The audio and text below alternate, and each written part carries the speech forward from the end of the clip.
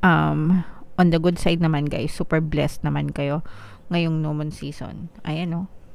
Blessings ito mga kapiksi. So, iman nyo na to, mind blessings, mind pagpapala, and meron ding success and tagumpay kayo.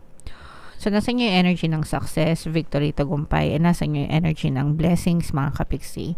Nasa inyo rin yung blessings ng kasiyahan, of abundance of love and happiness. So, parang sinasabi dito na ngayong new moon season, mga kapiksi, magtutuloy-tuloy yung daloy ng blessing sa buhay nyo.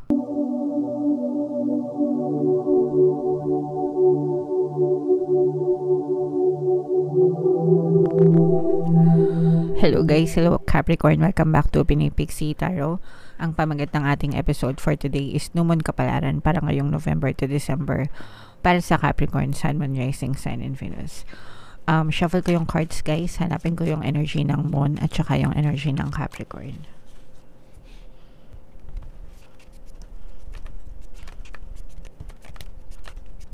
So, ito yung energy ng Moon mga kapiksi. Ngayon naman hanapin natin yung energy ng Capricorn.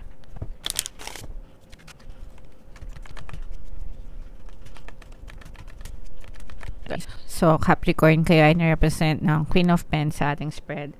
Combination ng positive and negative energy mga kapiksi, general reading lang.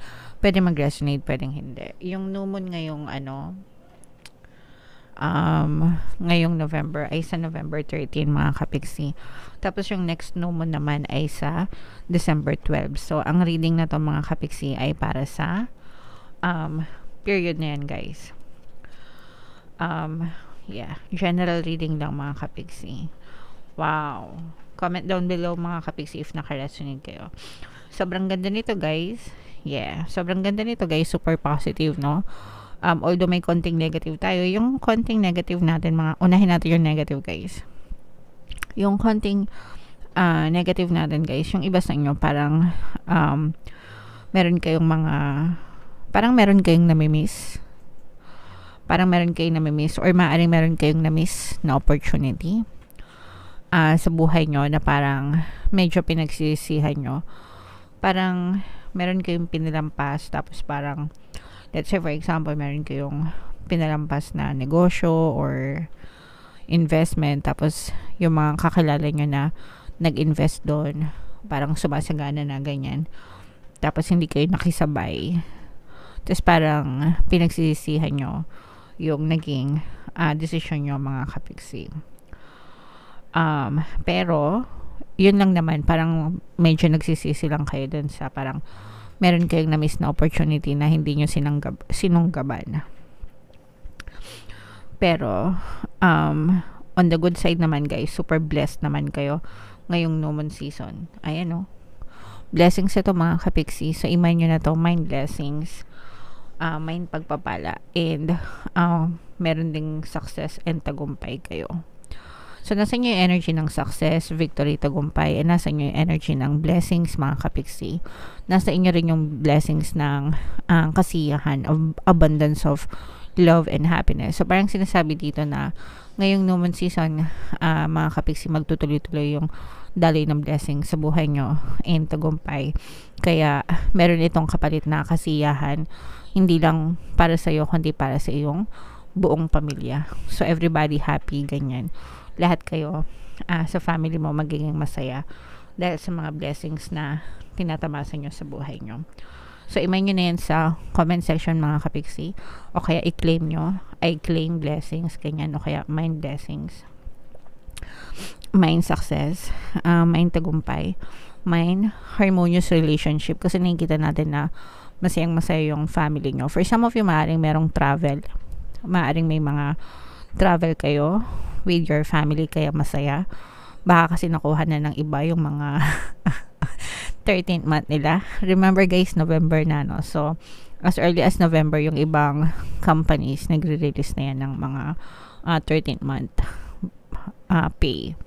Kasi yung iba meron pang 14th month. So, yung iba nagre-release na.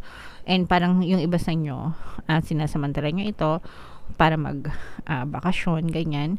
Parang napapaaga yung inyong holiday season, mga kapiksi. And lalo pang tumitibay yung inyong kabuhayan mga kapiksi in terms of finances. Ayan o, parang binibigay sa iyo ni universe yung mga rewards na deserve mo dahil sa iyong pagiging masipag and pagiging matyaga. For some of you guys, literal na if mga project-based yung inyong mga trabaho, let's say for example, nangongontrata kayo, kunwari sa construction kayo, ganyan, construction service or firm, parang nakakuha kayo ng mga malalaking clients, no? Ito yung mga time na marami nagpapagawa ng bahay kasi maraming nakakuha ng bonus. So yung iba sa nyo, parang nakakuha kayo ng malalaking kliyente mga kapiksi. So pagpatuloy nyo yan guys, alright?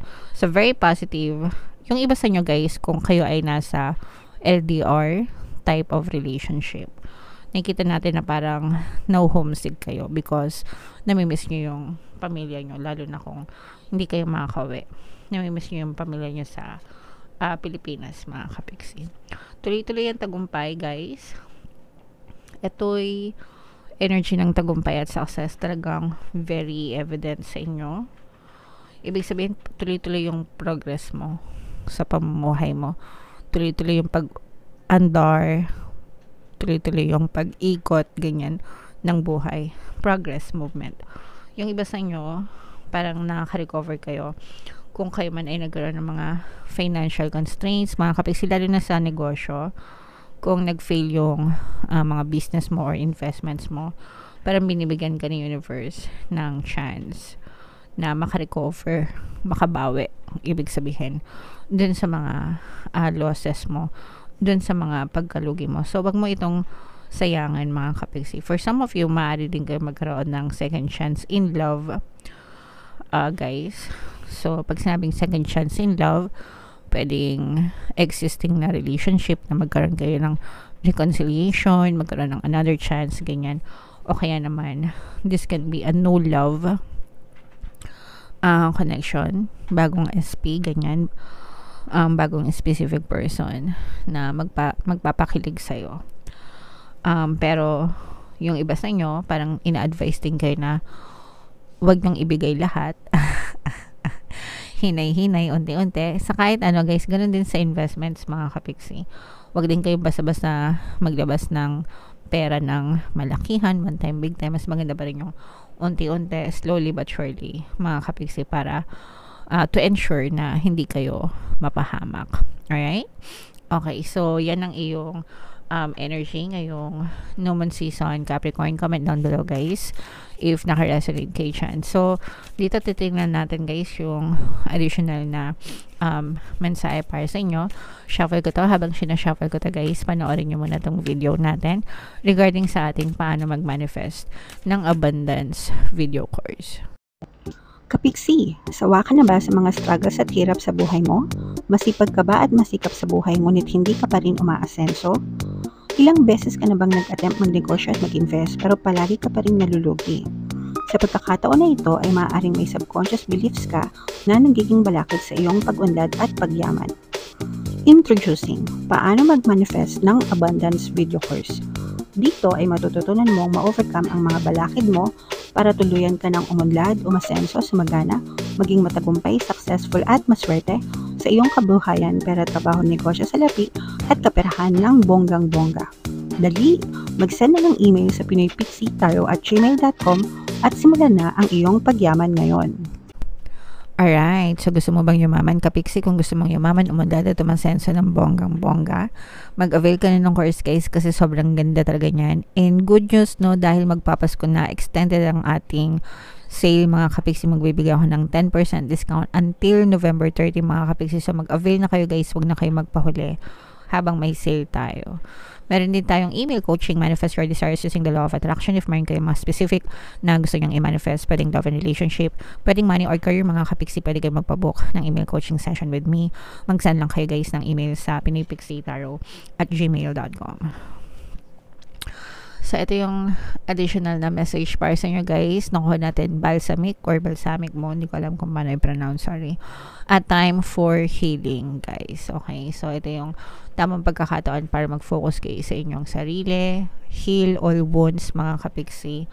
Time heal all wounds, ika nga, no? When one is healed, all are healed, mga kapiksi. So, ito yung mga times na mas maganda na fino-focus nyo yung energy nyo sa sarili nyo. Kung meron kayong mga emotional pain na pinagdadaanan, guys, pwede nyo pakinggan yung ating Ho'oponopono plus self-love subliminal na makikita nyo dito sa ating channel. Sobrang dami na nating natulungan dun sa mga subliminals na yun, guys. So, makakatulungin sa inyo para mabilis kayong makamove on, mag-heal, ganyan. Pagdating sa health naman, of course, palagi kong nare-recommend na magpa-check up agad kayo sa mga doktor, mga manggagamot, mga kapiksi, kapag kayo ay nakakaranas ng mga hindi magagandang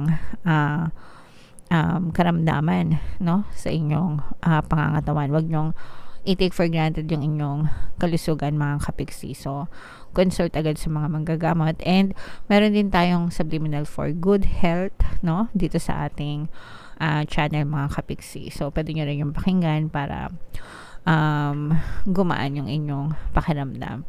And for some of you, ibig sabihin nito, guys, it's time to move on. Healing dun sa inyong mga past circumstances, kasi sometimes may mga negative na nangyayari sa buhay natin, may mga nakakaaway tayo, may mga nakakagalit tayo, or may mga gumagawa ng hindi maganda sa atin sa relationship, ganyan, nagkakaroon ng sama ng loob, yung mga ganun. So, it's time to move on, mga kapiksi, no?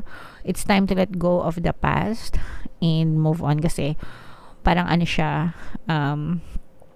kapag hindi mo nilet go yung mga negative emotions na yun, yung mga galit, anger, hatred, resentment, grudges, yan, nagsisilbing, ano yan, balakid sa buhay mo para maging masaya ka. Okay? So, the more na inaalagaan mo yan sa puso mo, para ka nag-aalaga ng monster. Na yun yung palagi maisipan. Pag galit ka, may hinagpis ka, ganyan, para ka nag-aalaga ng monster sa puso mo. So, imagine mo, yung puso mo umiitim, diba? So, yuck. Kumbaga sa mga naninigarilyo, diba, meron silang tinatawag na yosi kadiri. So, sa puso naman, diba, yuck. So, ganun yung isipin nyo. So, wag nating alagaan yung mga negative emotions na yun, mga kapiksi, kasi iitim yung puso mo, or ibig sabihin lang nun, parang madudumihan ka yung puso mo, diba? Parang magsasuffer yung puso mo. So, wag mo hayaan na magsuffer yung puso mo dahil lang dun sa mga tapos na, no? Tapos na yun eh. Dapat tapos na. Period, no? You are about to turn the corner. So, papaliko ka na, guys, no? Papaliko ka na. So, make sure na, kumbaga, panibagong landas ka na. So, make sure na wag mo nang balik-balikan yung mga past circumstances mo. You need more time to heal. You need to focus more on yourself, mga kapiksi. Think about how this situation would look if everyone were healed. Imagine mo, what would you see? What would you feel? No? What would you hear? Kapag okay na yung sitwasyon mo, diba? So, walang kagalit, walang kaaway, walang kanigahan sa buhay, tapos na yung mga nakaraan. So, diba, masaya sa pakiramdam, diba, magaan sa puso, diba, peaceful, meron kang peace of mind, nakakatulog ka ng maayos, diba, walang stress, walang wrinkles, diba. So, dapat yun yung pinipili natin, mga kapiksi. Alright? So, yeah. Yan ang reading mo, Capricorn. Para ngayon yung moon season. Comment down below, guys, if naka-resonate kayo. Ito yung ating 2024 money kapalaran. Kung hindi nyo pa napapanood, guys, panoorin nyo na. Super nice, super ganda. And ito naman yung ating success stories ng paano mag-manifest ng abundance video course. Thank you for liking, sharing, and subscribing, guys. And see you again next time. I love you all. Have a nice day. Bye-bye.